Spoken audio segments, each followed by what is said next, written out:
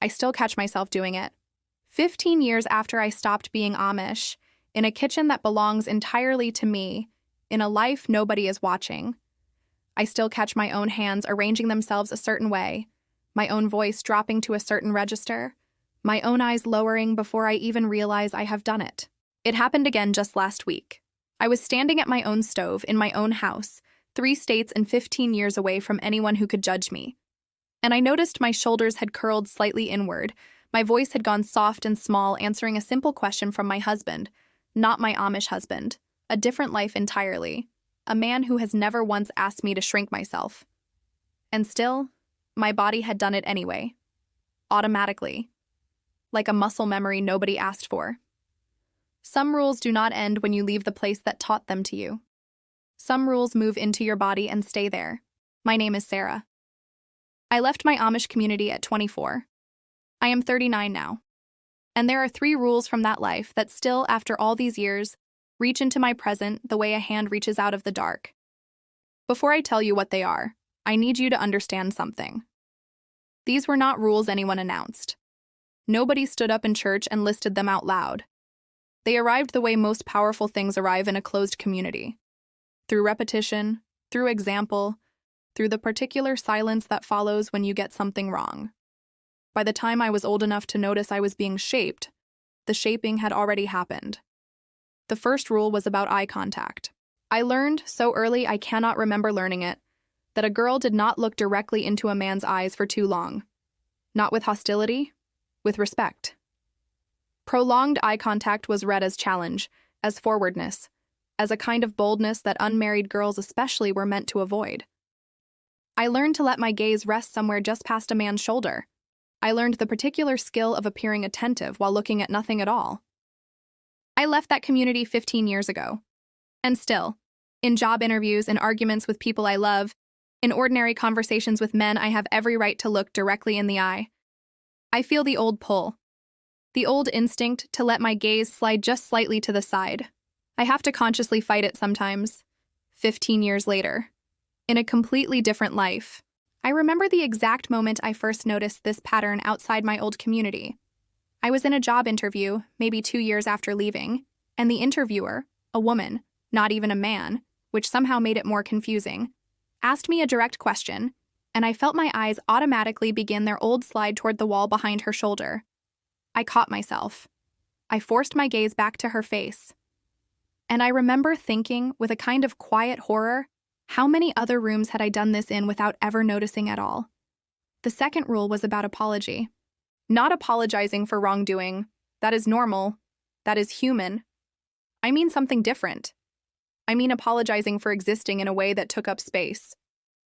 If I disagreed with something and said so, I learned to soften it first with an apology. If I needed something, rest, help, a moment of someone's attention, I learned to apologize for the needing before I ever stated the need itself. I am sorry, but I do not mean to be difficult. But I hate to ask, but I still catch these phrases in my own mouth today, in situations where no apology is remotely necessary. A friend recently pointed out that I had apologized 4 times in a single 5-minute conversation, for things that required no apology at all, for having an opinion, for taking a moment to think before answering, for simply needing her to repeat something I had not heard clearly. 4 apologies, 5 minutes, 15 years after leaving. Here is what I want you to understand about that. This is not a small quirk. This is the residue of a rule so deeply installed that it operates faster than conscious thought. By the time I notice I am apologizing for existing, the apology has usually already left my mouth. The third rule was about anger. This is the one that haunts me the most, if I am honest with you. I was taught, in 1,000 small and unspoken ways, that a woman's anger was not simply unwelcome, it was dangerous. Not dangerous to others. Dangerous to herself. A woman who showed anger risked being labeled difficult, prideful, out of step with the Galatian spirit that was supposed to define a faithful woman's heart. So I learned, very young, to convert my anger into something else before it ever reached the surface. Into tears, into silence, into a kind of exhausted compliance that looked, from the outside, like peace. I want to ask you something right now. Have you ever felt something completely legitimate, anger, frustration, a real and valid objection, and felt it transform into something else entirely before you even had the chance to express it? That transformation, that automatic conversion of anger into something more acceptable, was so deeply trained into me that for years after leaving, I genuinely did not know what my own anger felt like. I could recognize sadness instantly. I could recognize fear instantly. Anger arrived disguised, every single time, as something softer and smaller than what it actually was. I remember the first time I truly identified anger as anger, cleanly, without immediately converting it into tears. I was 28, 4 years removed from my community, sitting in a small apartment that was entirely my own. Someone had wronged me.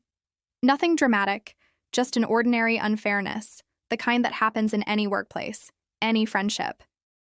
And I felt something rise in my chest that I almost immediately, out of old habit, started to soften and explain away.